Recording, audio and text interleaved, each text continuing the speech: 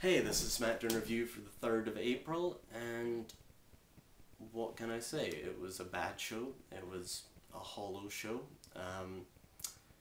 Basically, for those of you who don't know, there was a WWE put on a super show on Monday in which they filmed Raw, ECW, and Smackdown together. And Raw, being the flagship show, got its usual 2 hours of airtime, and Smackdown and ECW, being Raw's bitches, got an hour and a half to fight over for their matches.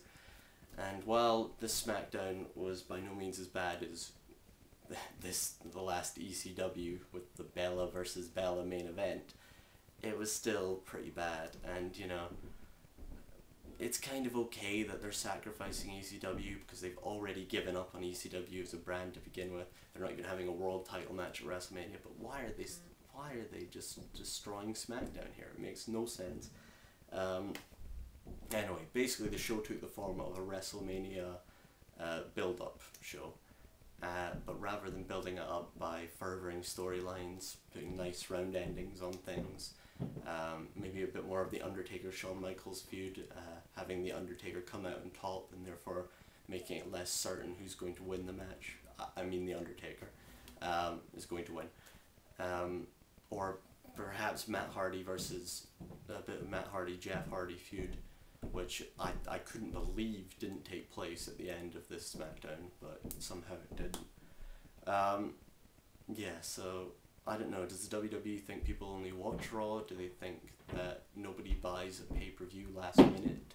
Because nobody would buy a pay-per-view on the strength of this show or on the strength of ECW, and they barely buy it on the strength of a mediocre Raw, if you ask me. But yeah, anyway, so we had 3 matches tonight. The first match was a Divas tag team match. Maurice and Michelle McCool still tag teaming together, even though they hate each other. I don't know why. You can't just have 2 heels together and say, well, they're cooperating because they hate the faces. That's just nonsense. Then they're fighting Gail Kim and Maria. First question of the night: when did Maria become more popular than Jeff Hardy? Because that was a huge pop she got.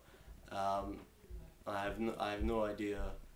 Was that her hometown? I don't know why. I don't know. I can't think of a possible reason why she would get a large pop. But yeah. Anyway, McCool and Maurice looked okay. McCool spent most of the time in the ring. I noticed when McCool and Maurice tag, Maurice doesn't actually spend that much time in the ring. McCool hit a beautiful big boot to the face that would have made Kevin Nash proud, and then she tagged to Maurice. Maurice put on the camel clutch. Maurice, don't do the camel clutch. You weigh like 25 pounds or something. Maria managed to lift her up and electric chair her effectively. Then tagged in Gail Kim for the hot tag. Gail Kim didn't look that great to me because I you know, on TNA I've seen her look really, really good, but she didn't look that great. She was okay. She was still probably the best thing in the ring, and it's good to have an actual good wrestling woman face, because all the good wrestling women are heels right now. Yeah, basically she gets the hot tag, beats up on Maurice, drop kicks Michelle McCool out, and then hits her neck breaker, which apparently is her finisher now, and pins Maurice. I think they're setting up that basically McCool is better than Maurice thing, because JR mentioned in the replay before how he thought McCool had Maurice beat last week until Gail Kim interfered. So that was okay. Next as we went to throughout the night, and I'll just describe it in one little brief segment here, we went to WWE Access, or whatever it's called.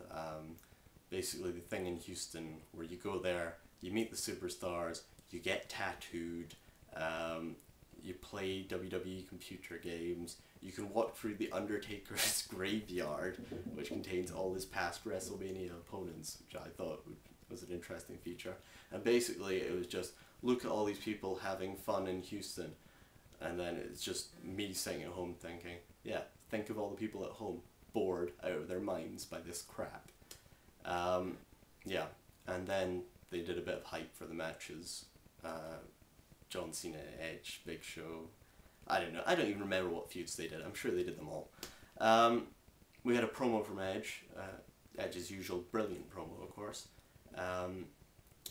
He said he's the best in the world at what he does, which at that point I thought he must owe royalties to Chris Jericho, because that is, I think Jericho has that phrase copyrighted. Basically, he was clutching onto the world title. It was re-emphasizing the importance of the world title over the importance of the love affair, basically, and he looked like Gollum, basically, with his precious title, and he just said he wasn't going to lose it because it makes everything okay. And I'm like, Edge, I hope you don't lose it, but I think you're going to.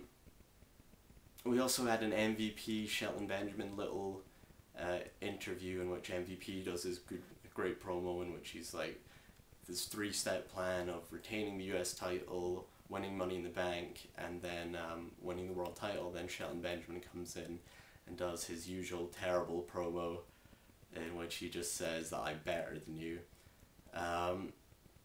I don't even get why Shelton is so bad at this. I'm just willing him to be good every time, because he's so good in the ring. Not only is he so good in the ring, he's so good at the facial expressions in the ring as well, the sort of psychology of the ring, etc, etc. So why he can't just fucking say a sentence, I have no idea. But he bungled over it as usual. Which leads us to the MVP Shelton Benjamin match. This was a fucking great match. I don't see why this wasn't the main event for a start. This was absolutely sensational. This was the match that you felt these guys could put on all along, and for me they'd never quite delivered it, but this time they really, really got it going. Lots of cool moves. They did basically their whole repertoire and a bit more. I think it's no coincidence basically that the best match these two have had has been the one where Shelton Benjamin has got to dominate MVP. Because before, MVP was dominating Shelton Benjamin at the start. This time Shelton Benjamin was dominating MVP. Starts off really aggressive, you know, really sort of punches, kicks, etc, etc. And we get some good wrestling moves. We get the T-bone, that kick where they hold his leg and he spins all the way around without letting his feet touch the ground and hits them in the back of the head, in front of the head, side of the head. Yeah, and then MVP did his bit with his overhead belly to belly throw and an electric chair, I think. All sorts of, really loads and loads of good stuff in this. Then the ending was really rather good as well, didn't ruin the match at all. Shelton came running towards MVP, who was on just in front of the ropes, and he pushed him over, thought he'd gone over the top. Of course, he doesn't realise Shelton Benjamin never goes over the top because he has perfect balance. Shelton Benjamin caught himself, went up to the top rope, and delivered a sort of front flip snap neck breaker off the top rope. It was just a sensational move. I don't think I've ever seen him do it before. It was great. He gets a 2 count, then MVP hits a big boot to the face and hits the playmaker for the win. Just a really great match. JR said it had WrestleMania implications, and for me the implication was MVP is not going to win Money in the Bank because he's just retained the title. But let's forget about everything else. This was a really, really good match, and you should watch this, to be honest.